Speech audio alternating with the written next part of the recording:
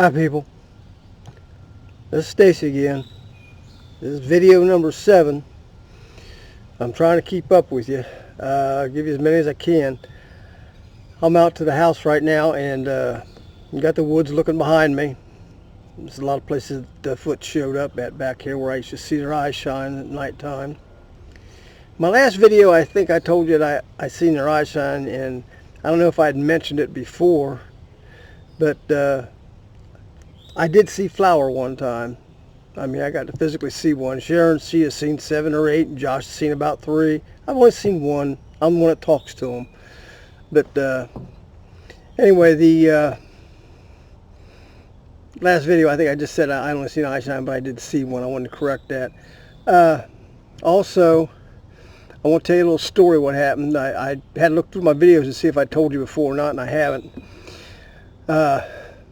One time when Sharon had come out here, and I was in Columbus on the motorcycle.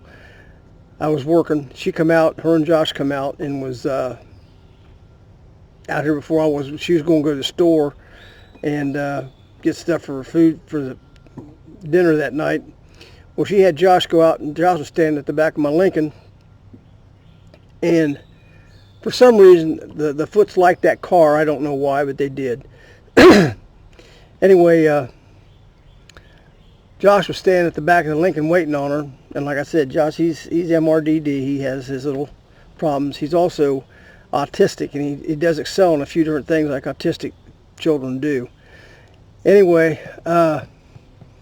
Josh is standing at the back of the car, kind of giggling. Sharon, she's up at the door, trying to lock the door, going through her keys, trying to get the door locked, setting the alarm and all that stuff. And Josh is standing at the back of the car giggling. Well, he's giggling away, and all of a sudden she hears a loud kabang. And she said, "Josh, what was that?" And he says, "That was a rock."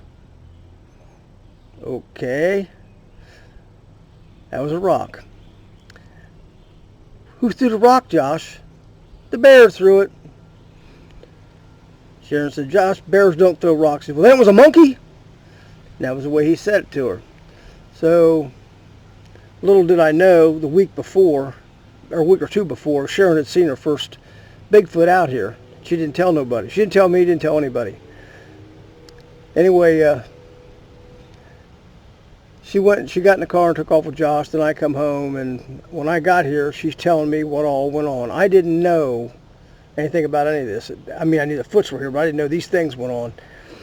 So, the first thing I tell Josh, I get Josh, I say, "Josh, I don't want you to be afraid of that guy. That's my buddy Clyde. He's my buddy." So, okay. He was happy with that. He wasn't scared. So then I got thinking, how can I question Josh? So I'm thinking, Star Wars. I didn't think anything about a Bigfoot picture on the internet or nothing, but I figured Star Wars is on the internet. So I got Josh, I got the internet on, got Star Wars on, and I'm viewing it, and here comes about the scene where the Wookiee comes out, Chewbacca. So it's about ready to come out, and I called Josh in the kitchen where I got the internet on, and I said, "Josh, come here and watch Star Wars with me." So he comes out, and he's sitting there watching just for a few seconds, and all of a sudden Chewbacca showed up, and he jumped up and says, "There's Clyde!" So that told me he did see what he's seen, which makes me happy. But anyway, that was the beginning of all this at one time, and I forgot to talk about all this. This is really a neat part. But Josh got introduced to him, and what I called Clyde was actually one we ended up calling Fuzzy. Fuzzy's kind of a furry one. He's kind of a brownish red color, and he's not real well groomed like Clyde. Clyde was a real well groomed big black one, but he looked like his hair was combed all the time, according to Sharon. But anyway, Fuzzy, I could see him once in a while. I could see his fuzz. I couldn't see all of him. I just see his fur in different places where he'd be behind things, and that's how I got the name of Fuzzy. Anyway, he was a jokester. He'd come around. We'd be outside. He'd be out here just on the other side of this pump house, and I showed you where the pump house was at. He'd be on the other side of that pump house, just enough you could see the fur on his back. And he'd be hanging around there, and I seen it one night. Me and Sharon were sitting there together. I seen it one night. Sharon seen it. We didn't say nothing till later. I said, "Did you see that fuzz?" She said, "Yep, I seen it. We both seen it. We didn't say nothing at the time." So Fuzzy's the jokester. He's the one. He had a rock out there when he was dealing with Josh, and he was taking his hand. He was going, tossed it up and down his hand like that, and then he threw it. And that's what Josh was laughing at. Josh was laughing at. He was just doing this because they know Josh's condition. They know what Josh is. He has a little problem, and that's fine. But they're smart. They are so smart. It's unreal. They are really smart. But anyway, I just one little things I wanted to share with you. There's other stuff. Like I said, I got to write a book about all this.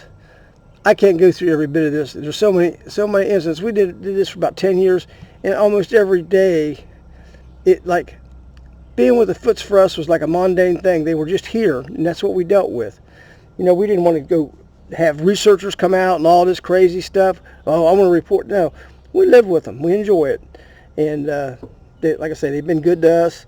And I'm trying to do something good for them right now. I don't know if they're going to help me do it or not, but I'm trying to do something to help protect them. And I want to see if it's going to work. You know, I'm trying my best. But anyway, that was Josh's first encounter with him, and that was Sharon's. And when I got back, Sharon told me about the time before when she was out here and she seen Clyde, which is the big black one. I measured where she said he stood to on a tree. He's about 8.5 foot tall. And Fuzzy, I never did find a way to figure out how tall he was or nothing else, but he was good size. And Flower is probably about 7 foot tall. Now I seen her. Now how I seen her was, we were out here on a night that was moonlit. I mean, it was brilliantly.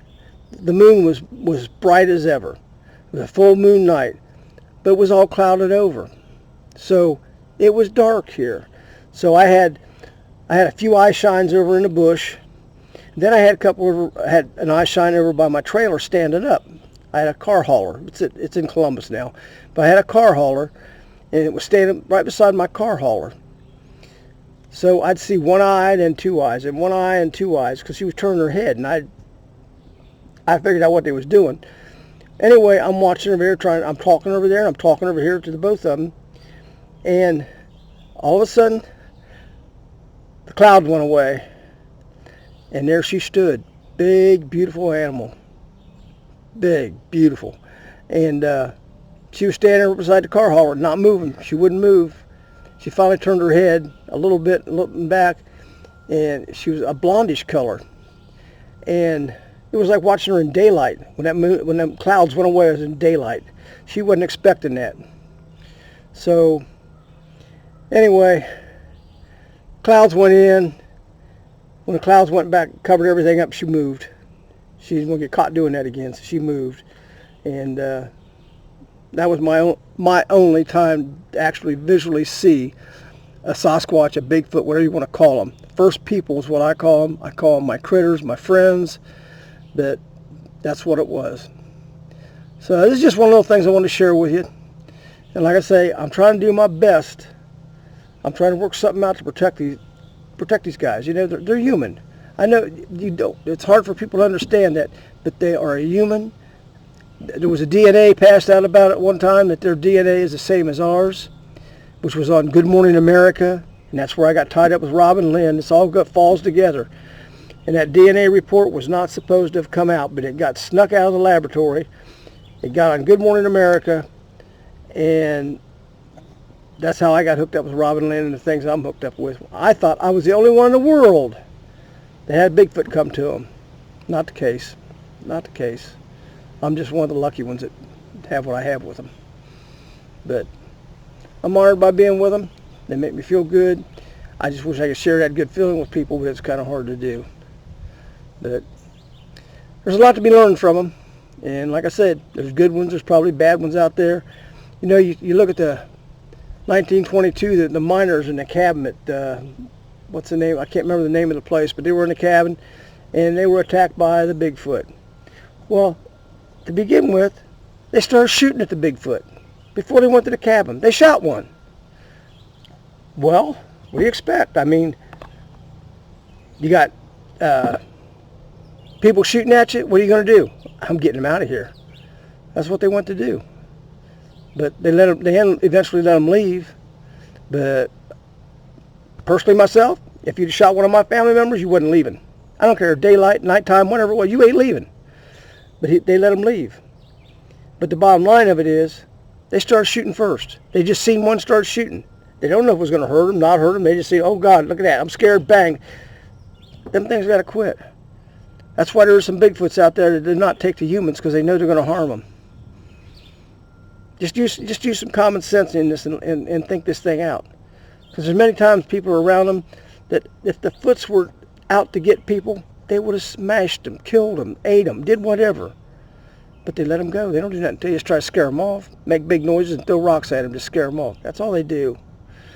But I got some more instances for you, and I'll get back with you. I'm running out of time here. So thanks for watching. Please try to pass this on. I need the viewers. I want to get this word out. I want to get everybody out to know what's going on. It's all the honest truth of what I'm telling you. See you later. Thank you. Bye.